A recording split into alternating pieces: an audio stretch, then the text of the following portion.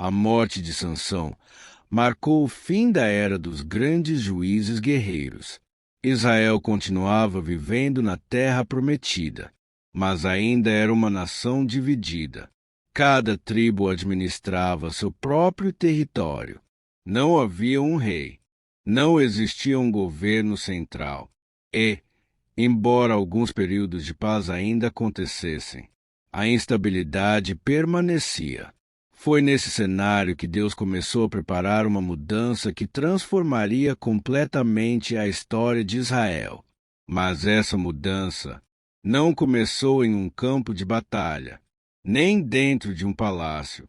Começou no coração de uma mulher. Seu nome era Ana. Todos os anos, seu marido, Eucana, viajava com a família até Siló. Naquela época, Siló era o principal centro de adoração de Israel. Ali permanecia o tabernáculo construído nos dias de Moisés. Era também ali que servia o sumo sacerdote Eli. Eucana era um homem fiel.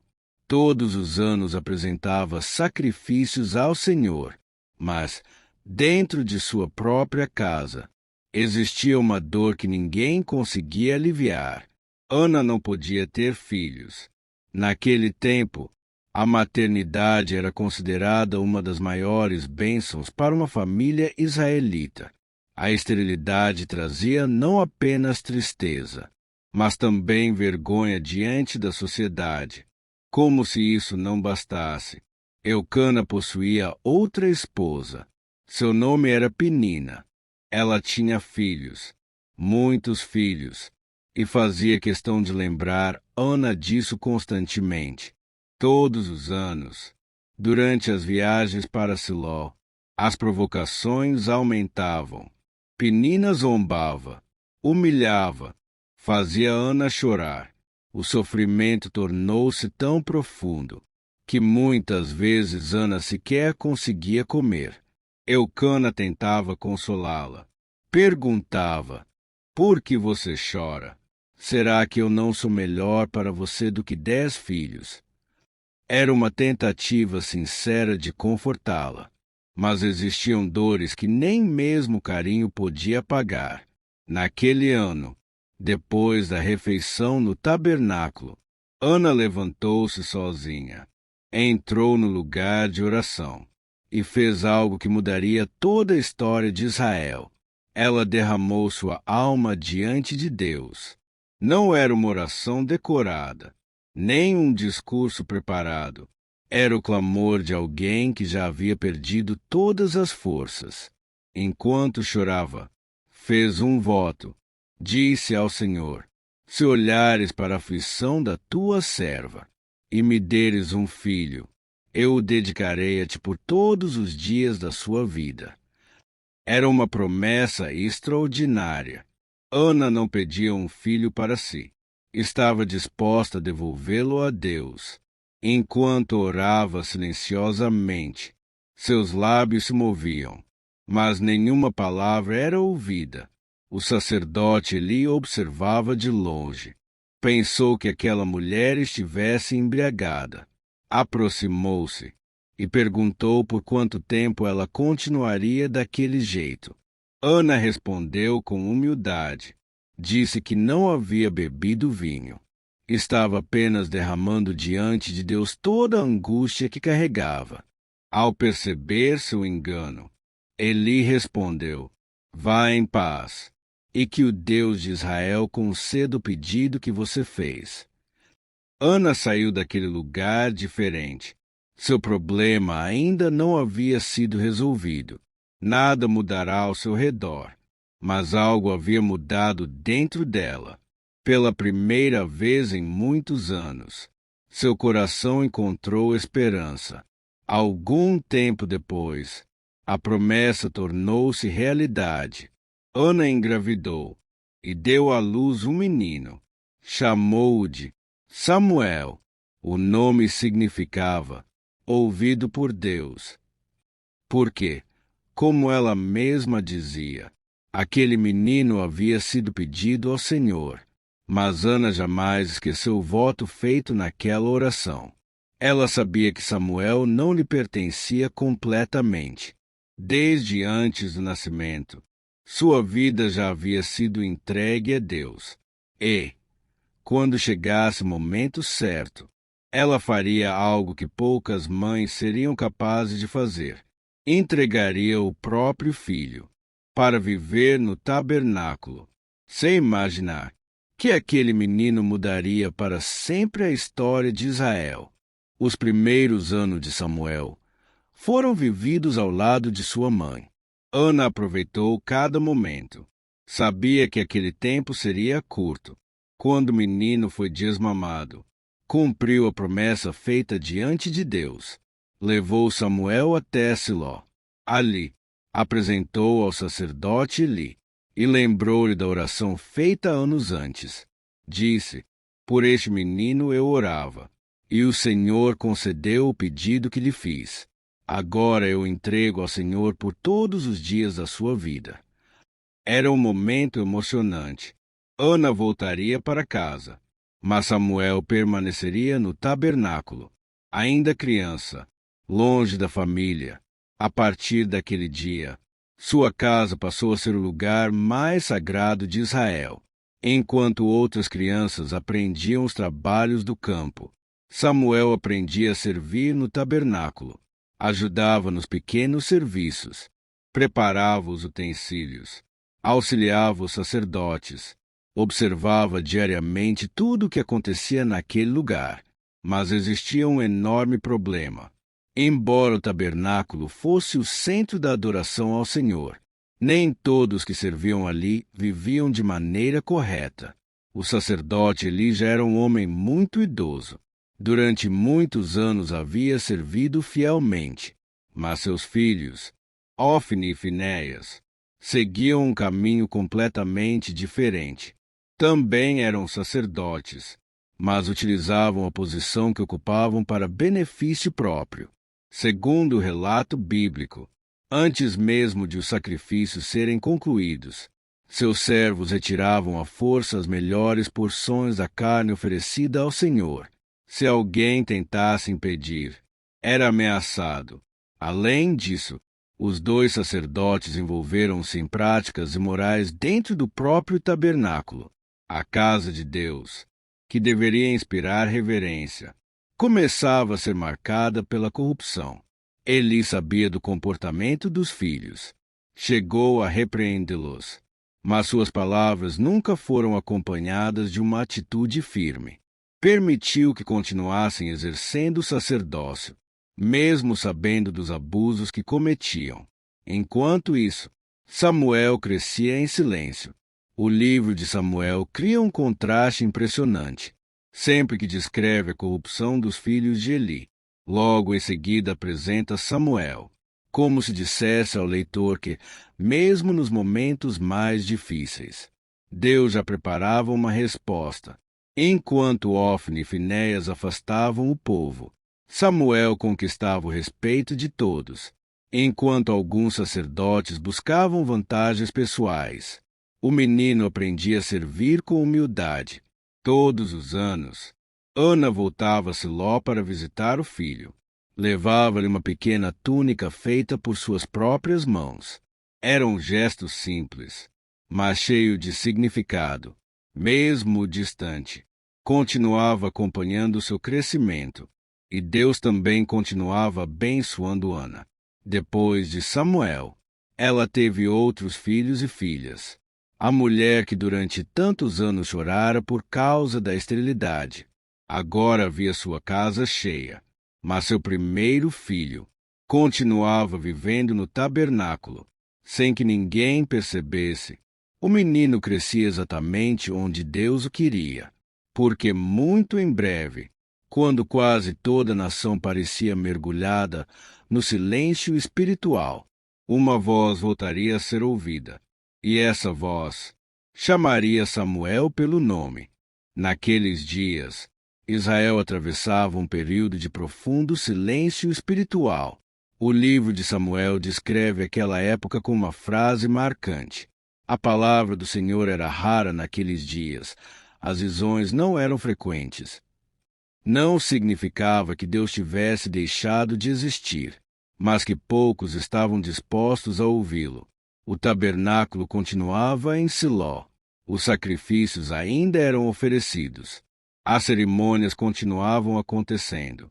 Por fora, tudo parecia normal, mas, por dentro, a vida espiritual da nação enfraquecia. Foi justamente nesse cenário que Deus decidiu falar novamente. Era noite. O velho sacerdote Eli já estava deitado. Sua visão havia piorado muito com o passar dos anos. Samuel também dormia. Permanecia próximo ao tabernáculo, onde ardia a lâmpada que iluminava o santuário durante a noite. Tudo estava em silêncio. Então, uma voz rompeu a escuridão. Samuel. O menino despertou imediatamente. Pensou que fosse Eli chamando. Correu até ele e respondeu: Aqui estou. O Senhor me chamou. Mas Eli respondeu: Não o chamei. Volte a dormir. Samuel obedeceu. Deitou-se novamente. Pouco tempo depois, a voz foi ouvida outra vez. Samuel. Mais uma vez, o menino levantou-se rapidamente. Correu até Eli. Aqui estou. O Senhor me chamou. O velho sacerdote respondeu novamente: Meu filho, eu não o chamei. Volte a dormir. Samuel ainda não compreendia o que estava acontecendo. A Bíblia explica que ele ainda não conhecia plenamente aquela forma de manifestação de Deus. Pouco depois, a voz chamou pela terceira vez: Samuel. Pela terceira vez, o menino levantou-se, correu até Eli e repetiu: Aqui estou. O Senhor me chamou. Foi então que Eli compreendeu. Percebeu que não era ele quem chamava o menino, era o próprio Senhor. Então orientou Samuel: Se ele voltar a chamá-lo, responda: Fala, Senhor, porque o teu servo ouve. Samuel voltou para o seu lugar. O silêncio tomou conta do ambiente novamente. Então, pela quarta vez, a voz foi ouvida, mas agora não chamou apenas uma vez. Disse: Samuel, Samuel. O menino respondeu exatamente como Eli havia ensinado: Fala, Senhor, porque o teu servo ouve. Naquela noite, Deus entregou a Samuel sua primeira mensagem. E não era uma mensagem fácil. Anunciava julgamento sobre a casa de Eli, por causa da corrupção de Ofne e Finéias, e porque Eli, mesmo conhecendo os pecados dos filhos, não os havia impedido. Ao amanhecer, Samuel levantou-se, abriu normalmente as portas do tabernáculo, mas carregava um enorme peso. Como contar aquela revelação justamente ao homem que o havia criado? Eli percebeu que algo havia acontecido. Chamou Samuel, pediu que contasse tudo, sem esconder nenhuma palavra. Com respeito, mas também com fidelidade, Samuel relatou toda a mensagem recebida durante a noite. Eli ouviu em silêncio. Depois respondeu apenas: Ele é o Senhor. Faça o que lhe parecer melhor. A partir daquele momento, tudo mudou. Samuel já não era apenas um menino que ajudava no tabernáculo. Agora, era um profeta. O livro de Samuel afirma que Deus continuou falando com ele, e todas as palavras anunciadas por Samuel se cumpriam. Pouco a pouco, todo Israel começou a reconhecer que Deus havia levantado um novo líder. Depois de muitos anos de silêncio, a voz do Senhor voltava a ser ouvida na nação. Mas a primeira profecia de Samuel ainda precisava cumprir-se, e ela começaria durante uma guerra contra os filisteus. Uma batalha que terminaria com uma das maiores tragédias da história de Israel: a captura da Arca da Aliança. Os anos passaram. Samuel crescia como profeta. Sua palavra começava a ser respeitada por todo Israel. Mas, enquanto Deus preparava um novo líder, os velhos problemas da nação ainda permaneciam. Mais uma vez, os filisteus marcharam para a guerra. Os dois exércitos encontrarão-se próximos à região de Ebenezer. A batalha começou e terminou em desastre. Cerca de 4.000 soldados israelitas morreram. Quando os sobreviventes voltaram ao acampamento, os líderes começaram a discutir o motivo daquela derrota, mas fizeram a pergunta errada. Em vez de refletirem sobre sua própria condição espiritual, procuraram uma solução imediata. Alguém então sugeriu: vamos buscar a Arca da Aliança. A arca era o objeto mais sagrado de Israel, construída ainda nos dias de Moisés. Revestida de ouro, guardava em seu interior as tábuas da lei. Representava a presença do Senhor no meio do povo. Durante décadas, a arca acompanhará Israel. Estivera presente na travessia do Jordão, na queda das muralhas de Jericó, em inúmeras demonstrações do poder de Deus. Mas agora, o povo cometia um grave erro. Passava a enxergar a arca como se fosse um objeto mágico, como se bastasse levá-la para o campo de batalha e a vitória estivesse garantida. A arca foi retirada do tabernáculo em Siló, e quem a acompanhava eram justamente os filhos de Eli, Ofni e Finéias. Quando a arca chegou ao acampamento, os soldados israelitas soltaram um enorme grito de comemoração. O barulho foi tão intenso que chegou até o acampamento filisteu. Os inimigos perguntaram o que estava acontecendo. Quando descobriram que a arca havia chegado, ficaram assustados. Alguns lembravam das histórias do Egito, das pragas, do Mar Vermelho, dos milagres realizados no passado. Disseram entre si: Deus entrou no acampamento deles. Por alguns instantes, o medo espalhou-se entre os filisteus, mas seus comandantes reagiram rapidamente. Incentivaram os soldados. Disseram que precisavam lutar com ainda mais coragem. A batalha começou novamente, só que, desta vez, a tragédia foi muito maior. Israel sofreu uma derrota devastadora. 30.000 soldados morreram. Os sobreviventes fugiram em desespero. Ofni e Finéias foram mortos. E, pela primeira vez na história de Israel, a Arca da Aliança foi capturada pelos inimigos. Era algo impensável. A notícia espalhou-se rapidamente. Um mensageiro correu até Siló. Chegou coberto de poeira, com as roupas rasgadas, sinais tradicionais de luto. O velho Eli aguardava ansiosamente. Seu coração estava inquieto, não apenas por causa da guerra, mas principalmente por causa da arca.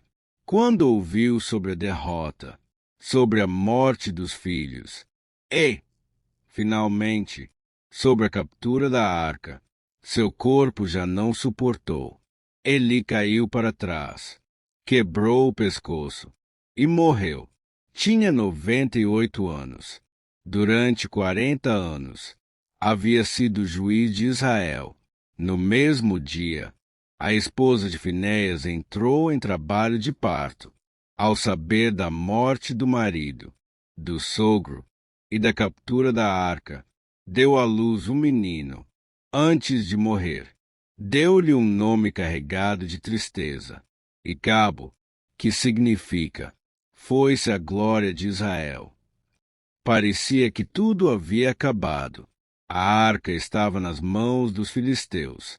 O sacerdote havia morrido, seus filhos também. Israel encontrava-se derrotado, mas os filisteus ainda não sabiam que levar a arca para suas cidades seria o maior erro de suas vidas. Os filisteus comemoravam. Depois de décadas de conflitos, haviam conseguido aquilo que parecia impossível: a Arca da Aliança, o símbolo mais sagrado de Israel. Para eles, a vitória significava muito mais do que uma conquista militar. Na mentalidade do mundo antigo, quando um povo derrotava outro, acreditava-se que o Deus vencedor era mais poderoso do que o Deus derrotado. Os filisteus imaginavam que seu principal deus, Dagom, havia derrotado o Deus de Israel. Por isso, levaram a arca até a cidade de Asdod e colocaram-na dentro do templo de Dagom. Era um gesto de humilhação, como se o Deus de Israel tivesse sido submetido ao Deus dos filisteus. Naquela noite, o templo permaneceu fechado. Tudo parecia tranquilo, mas, ao amanhecer, os sacerdotes encontraram uma cena inesperada. A enorme estátua de Dagom estava caída diante da arca. Seu rosto tocava o chão. Parecia alguém ajoelhado. Os sacerdotes levantaram a imagem, colocaram-na novamente em seu lugar. Talvez acreditassem ter sido apenas um acidente, mas, na manhã seguinte, algo ainda mais impressionante aconteceu. Dagom estava novamente caído. Desta vez, sua cabeça havia sido quebrada. As duas mãos também estavam separadas do corpo. Restava apenas o tronco da estátua. Era uma mensagem impossível de ignorar. Sem que uma única palavra fosse pronunciada, o Deus de Israel demonstrava que não fora derrotado. Não precisava de soldados, nem de espadas, nem de reis. Sua autoridade permanecia intacta, mas aquilo era apenas o começo. Pouco depois, uma estranha enfermidade começou a espalhar-se pela cidade. Os habitantes passaram a sofrer com tumores dolorosos. Ao mesmo tempo, uma infestação de ratos devastava a região. O medo espalhou-se rapidamente. Os líderes filisteus reuniram-se. Concluíram que tudo aquilo estava relacionado à presença da arca. Resolveram então enviá-la para outra cidade. Levaram-na até Gate, mas a doença apareceu também ali. Desesperados, transferiram a arca para Ecrom. Quando os habitantes souberam da chegada, entraram em pânico. Gritavam pelas ruas: trouxeram a arca para nos matar. Agora, ninguém mais queria ficar com aquele troféu. A mesma arca que antes simbolizava vitória transformará-se em motivo de terror. Depois de 7 meses, os governantes filisteus decidiram devolvê-la. Mas ainda existia uma dúvida. E se tudo aquilo tivesse sido apenas coincidência? Os sacerdotes filisteus sugeriram um teste. Prepararam uma carroça nova. Colocaram nela a arca, junto com ofertas de ouro em forma de tumores e ratos, como reconhecimento pela calamidade sofrida. Depois prenderam à carroça 2 vacas leiteiras, animais que nunca haviam sido usados para puxar cargas. Além disso, seus bezeus permaneceram presos em casa. Pela lógica, as vacas deveriam tentar voltar para os filhotes, mas, se seguissem diretamente em direção ao território de Israel, seria a prova definitiva de que tudo aquilo vinha do Deus dos hebreus. As cordas foram soltas. Os governantes observaram em silêncio. As vacas caminharam lentamente, sem desviar para a direita, nem para a esquerda. Seguiram diretamente pela estrada que levava a Bet-Semes. Naquele momento, até os filisteus compreenderam. A mão de Deus estava por trás de tudo o que havia acontecido. A arca voltava para Israel, mas a nação ainda precisava de alguém capaz de conduzi-la espiritualmente. E esse homem agora já era adulto. Seu nome era Samuel. A arca da aliança havia retornado, mas isso não significava que Israel estivesse restaurado. Durante anos, O povo continuou vivendo com medo dos filisteus. A presença da arca, por si só, não resolveria os problemas da nação. Samuel sabia disso. O verdadeiro problema nunca havia sido a ausência da arca, nem a falta de soldados. O problema estava no coração do povo. Por isso, antes de pensar em guerra, Samuel chamou Israel ao arrependimento, reuniu representantes das tribos e fez um apelo direto.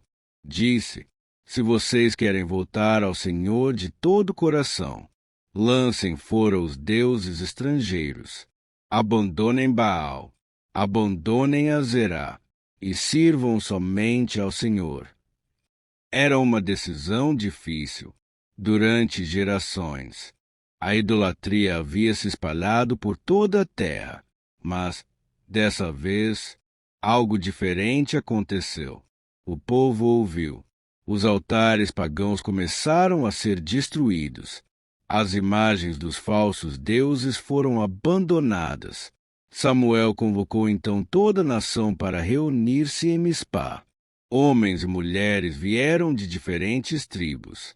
Ali, jejuaram, confessaram seus pecados, reconheceram que haviam se afastado de Deus. Pela primeira vez em muito tempo, Israel voltava a buscar o Senhor como uma única nação. Mas os filisteus interpretaram aquela grande reunião de outra forma. Pensaram que Israel preparava uma rebelião. Rapidamente, reuniram seu exército, marcharam em direção a Mispá. Quando os israelitas souberam da aproximação inimiga, o medo voltou. Mas, desta vez, a reação foi diferente. Não correram para buscar a arca. Não confiaram em objetos. Voltaram-se para Samuel. Disseram: não deixe de clamar ao Senhor por nós. Samuel ofereceu um cordeiro em sacrifício e começou a orar. Enquanto a oração ainda acontecia, os filisteus aproximavam-se para atacar. Foi então que Deus interveio. O livro de Samuel afirma que o Senhor fez soar um fortíssimo trovão sobre o exército filisteu. O estrondo foi tão intenso que os soldados entraram em completo desespero. As formações quebraram-se. O pânico espalhou-se. Os israelitas avançaram. E, dessa vez, a vitória foi completa. Não por causa da arca, não por causa da força de um guerreiro, mas porque a nação havia voltado a confiar em Deus. Depois da batalha, Samuel pegou uma grande pedra, colocou-a entre Mispá e Sem, e deu-lhe um nome, Ebenezer, que significa: até aqui o Senhor nos ajudou. Aquela pedra tornou-se um memorial. Sempre que alguém passava por aquele lugar, lembrava que Deus havia restaurado Israel. Durante muitos anos, os filisteus deixaram de invadir o território israelita. As cidades perdidas foram recuperadas. A paz voltou. Samuel percorreu toda a nação. Visitava Betel, Gilgal, Mispá, julgava o povo, resolvia disputas, ensinava a lei, era juiz, profeta e líder espiritual de Israel. Parecia que, finalmente, a nação havia encontrado estabilidade. Mas o tempo passa para todos. Samuel envelheceu, e uma nova geração começou a preocupar-se com o futuro. Sem perceber, Israel aproximava-se da maior mudança política de toda a sua história. O povo deixaria de ser governado por juízes, porque passaria a desejar algo que nunca tivera: um rei. Os anos passaram. Samuel continuou julgando Israel. Sua liderança trouxe estabilidade. A fé do povo foi restaurada. Os filisteus deixaram de representar a mesma ameaça de antes. Mas o tempo não poupava ninguém. Samuel envelheceu. Como era natural, decidiu preparar seus filhos para ajudá-lo na liderança da nação. Os dois chamavam-se Joel e Abias. Foram designados como juízes. Mas havia um problema. Eles não seguiram o exemplo do pai. Aceitavam subornos. Favoreciam alguns julgamentos. Desviavam a justiça. A notícia espalhou-se rapidamente entre as tribos. Os líderes de Israel reuniram-se. Viajaram até Samuel e fizeram um pedido que mudaria completamente a história da nação. Disseram: Você envelheceu. Seus filhos não andam em seus caminhos. Constitua sobre nós um rei, como acontece com todas as outras nações. Aquelas palavras atingiram profundamente o coração de Samuel.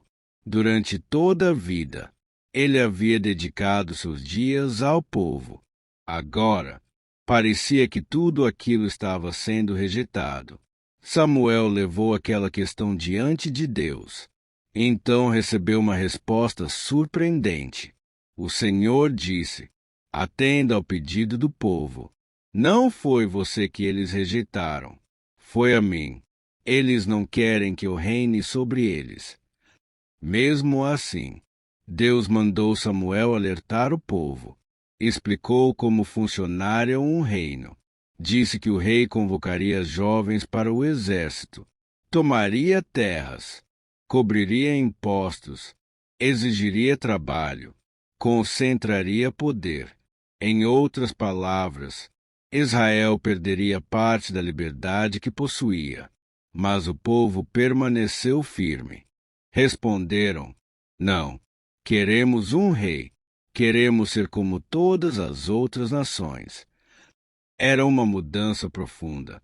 Durante séculos, Israel havia sido governado diretamente por Deus através de líderes levantados em momentos específicos. Agora, desejava uma monarquia permanente. Samuel compreendeu que aquela nova etapa fazia parte dos planos de Deus, mesmo que tivesse começado por um pedido equivocado. Algum tempo depois, enquanto tudo isso acontecia, um jovem da tribo de Benjamim saía de casa procurando algumas jumentas perdidas. Parecia uma tarefa comum, sem importância, mas aquela simples busca mudaria completamente a história de Israel, porque aquele jovem encontraria Samuel e seria ungido como o primeiro rei da nação. Seu nome era Saul.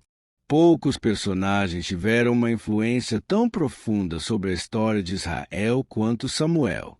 Ainda criança, aprendeu a ouvir a voz de Deus. Na juventude, tornou-se profeta. Durante a vida adulta, foi juiz, sacerdote, conselheiro e líder espiritual de toda a nação. Foi ele quem conduziu Israel na transição entre duas épocas, encerrando o período dos juízes e iniciando a era dos reis. Samuel ungiu Saul. Mais tarde, também ungiria Davi. Duas decisões que mudariam para sempre o destino do povo hebreu. Sua história mostra que Deus não procura apenas homens fortes, nem grandes guerreiros. Procura pessoas dispostas a ouvir, porque foi justamente ouvindo uma voz durante a noite que Samuel iniciou uma das missões mais importantes de toda a Bíblia.